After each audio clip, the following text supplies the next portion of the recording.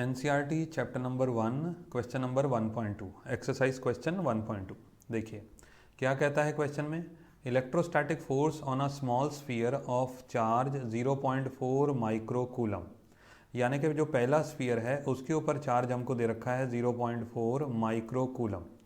दूसरा sphere another sphere of charge -0.8, यानी कि जो सेकंड स्फीयर है उसके ऊपर चार्ज दे रखा है माइनस का 0.8 माइक्रो कूलम, और दोनों के बीच में जो फोर्स लग रही है दैट इज़ 0.2 न्यूटन।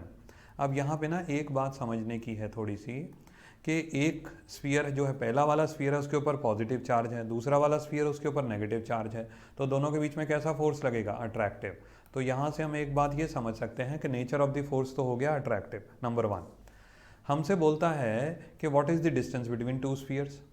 पहले पार्ट में दो पार्ट मांगे हमसे, और पहले पार्ट में दोनों के बीच का डिस्टेंस मांगा गया है आर की वैल्यू, एक के सेंटर से दूसरे के सेंटर तक का डिस्टेंस एक्चुअल में ये कैलकुलेट होकर के आता है, आर की वैल्यू हमको बतानी है। दूसरे पार्ट में बोलता है what is the force on second sphere due to first, second sphere के ऊपर पहला स्फीयर कितना फोर्स लगाएगा। अब यहाँ पे ना क्वेश्चन की स्टेटमेंट को थोड़ा समझना चाहिए।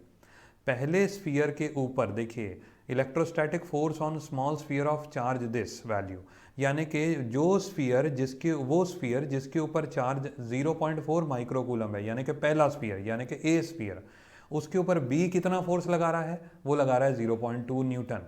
तो बताओ बी के ऊपर ए कितना फोर्स लगाएगा, वो भी तो 0.2 न्यूटन फोर्स लगाएगा। समझ आई पहली बात, नंबर 1। सेकंड पार्ट को मैं पहले इसलिए समझाना चाह रहा हूँ क्योंकि ये एक्शन और रिएक्शन के ऊपर डिपेंड करता है।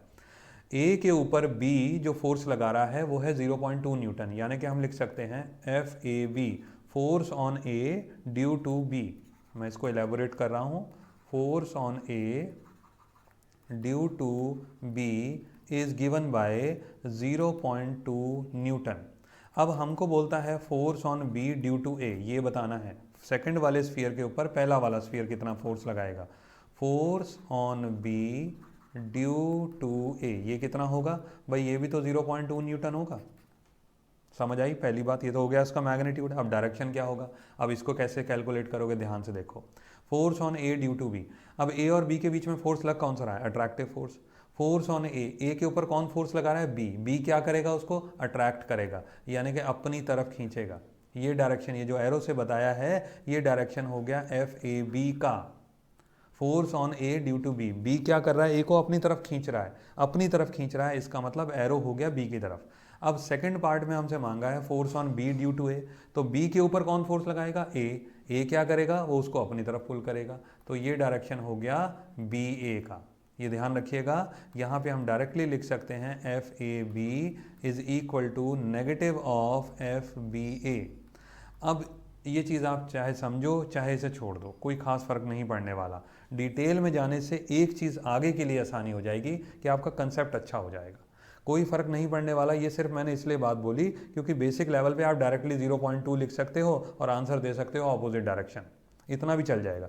लेकिन मैंने डिटेल जो सारी समझाई है आपको नॉलेज, आपके नॉलेज को इन्हेंस करेगी, आपको आगे इस टाइप के क्वेश्चन करने में आसानी हो जाएगी।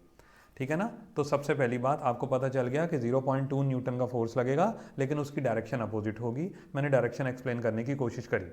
अब फर्स्ट पार्ट पे आते हैं, हमको कैलकुलेट करना है आर का वैल्यू। अब देखिए वो कैसे करेंगे आप, कूलम्स लॉ का फॉर्मूला लगाइए। यहाँ पे क्या होता है कूलम्स लॉ का formula, 1/4 pi epsilon nought Q1 Q2 divided by R square, ये सिंपल फार्मूला होता है। अब आप क्या कर सकते हो, 1/4 पाई एप्सिलॉन नॉट की जगह आपने लिख दिया 9 × 10⁹। पहला चार्ज हमको कितना दे रखा है 0.4 माइक्रो का मतलब 10⁻⁻6, ये पहला चार्ज हो गया। दूसरा चार्ज हमको दे रखा है 0.8 × 10⁻⁻6, ये भी माइक्रो दे रखा है, डिवाइडेड बाय आर स्क्वायर। अब इस रिलेशन को आप थोड़ा समझने की कोशिश करें, ये बहुत ज़्यादा ज़रूरी है। अब यहाँ पे ना हमने माइनस साइन नहीं लिया है, और मैं आपको एक तरीका बता रहा हूँ, कभी भी कूलम फोर्स का न्यूमेरिकल हो उसमें अगर चार्ज के साथ माइनस साइन दिया हो उसको ना यूज़ करो। माइनस साइन का यूज़ करके डायरेक्शन ऑफ फोर्स निकाल लो, जो कि हमने अभी पहले डिस्कस करा। तो अब हम यहाँ पे ना डायरेक्टली आर की वैल्यू निकाल पाएंगे।